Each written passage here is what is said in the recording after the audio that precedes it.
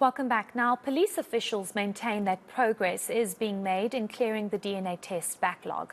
They say this will ensure that gender-based violence cases are more speedily resolved. Victims of such crimes say the cases inevitably take ages. So how do we ensure that this is resolved in a satisfactory manner and where we are in terms of resolving this? We're joined by Vanessa Lynch from the DNA for Africa to discuss this.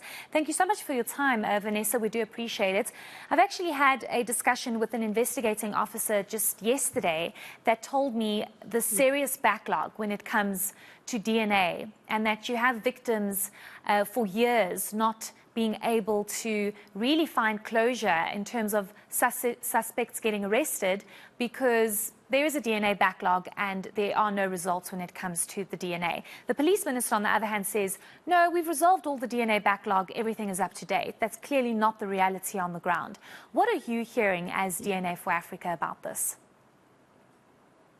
Thanks and good evening. I think the truth probably lies somewhere in between. We've had a serious backlog issue, as we know, and we identified the reasons for it, such as the interruption of the tender contracts that weren't being awarded and the withdrawal of funding. I will say, however, that the South African police have actually addressed a number of those issues, and they certainly are processing DNA samples. The minister is talking about a reduction in the backlog that is basically indicating that the backlog is no longer an issue. But we're not really getting transparency in terms of which of those have been closed, which of those perhaps weren't analyzed for whatever reason.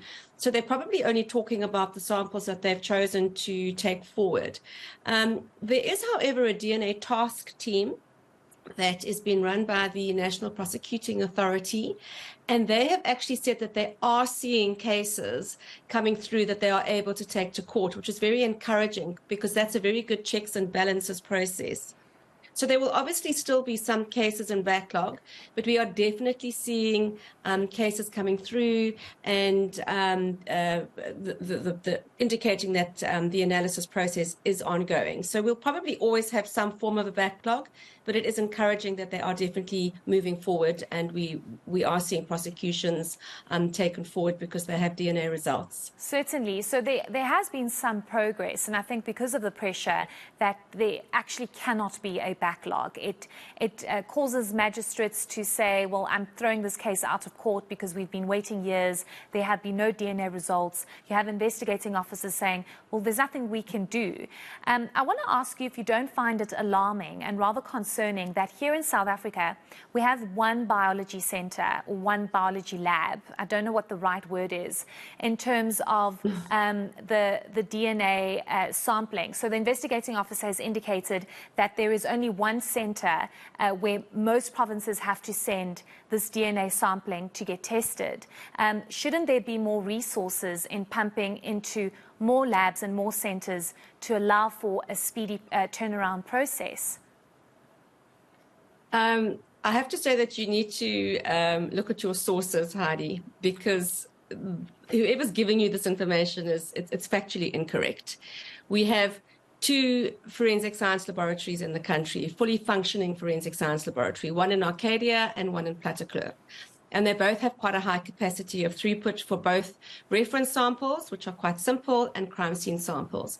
They've just recently opened a 3rd forensic science laboratory in the Eastern Cape, which is a turnkey solution, which actually is a full processing capacity laboratory. Previously, it wasn't. And sorry, excuse me. I don't know why he says there's only one. So clearly it's something that we need to, we need to show the public that there is capacity in South Africa. They are able to, as long as they've got funding and as long as they've got processing capacity, they are able to actually have quite a high throughput. So yeah, okay. So and that I can verify. Sure. So I visited the laboratories personally. Yeah. So I don't think that he was factually incorrect. I think he just meant for Gauteng. Maybe I didn't phrase the question properly. For Gauteng, it's an overwhelming situation because there are so many cases, and there's one in Arcadia, and like you've you've mentioned another 2. But do you still, maybe let me phrase the question like this, do you still think this is sufficient, given what we are seeing in South Africa when it comes to these rape and murder cases, when it comes to this DNA backlog? Do you not see this as a crisis, or do you think that it is being managed sufficiently? It costs an enormous amount of money to build a forensic science laboratory. South Africa is probably one of the very few, maybe there may be 3 other countries in Africa that even has a forensic science laboratory. We're the only country in Africa that has 3 forensic science laboratories.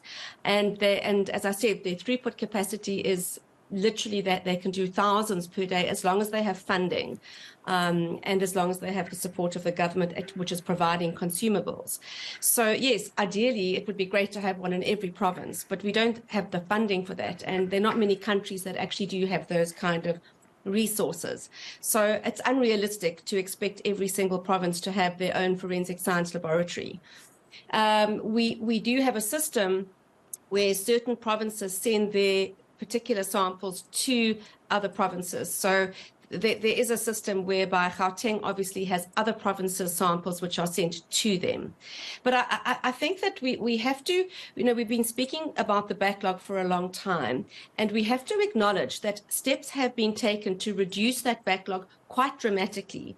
And as I said, the National Prosecuting Authority, which are the ones that really need the samples in order for that process in the justice system to take it forward, are confirming that these are now coming through. That's very encouraging. So I feel like this conversation is taking a step back somewhat to a conversation we were having probably 18 months ago. We've added another laboratory since that time to South Africa. There is funding given by the government, and we are seeing throughput increasing. Sure, we have a way to go.